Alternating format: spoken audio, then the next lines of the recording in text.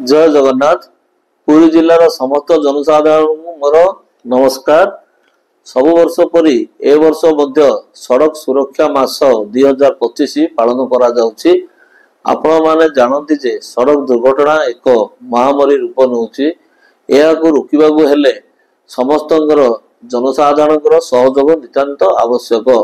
सड़क सुरक्षा नियम मानन्तु, गाड़ी चलला बेले हेलमेट व्यवहार करंतु, बड़ चारि चकिया गाड़ी चलला बेले सीट बेल्ट व्यवहार करंतु, मोबाइल फोन व्यवहार करंतु नाही, मद्यपान करी गाड़ी चलांतु नाही, अत्यधिक वेगरे गाड़ी चलांतु नाही। जिला प्रशासन तरफरु जिलार समस्त जनसाधारण को मोर अनुरोध, समस्ते सड़क सुरक्षा नियम को मानि चलिबा। आगामी दिन में पुरी जिला को ओडिशार दुर्घटना कम जिला भाव परिगणित करिपारिबा। सड़क सुरक्षा परिवार रक्षा। जय जगन्नाथ। नमस्कार।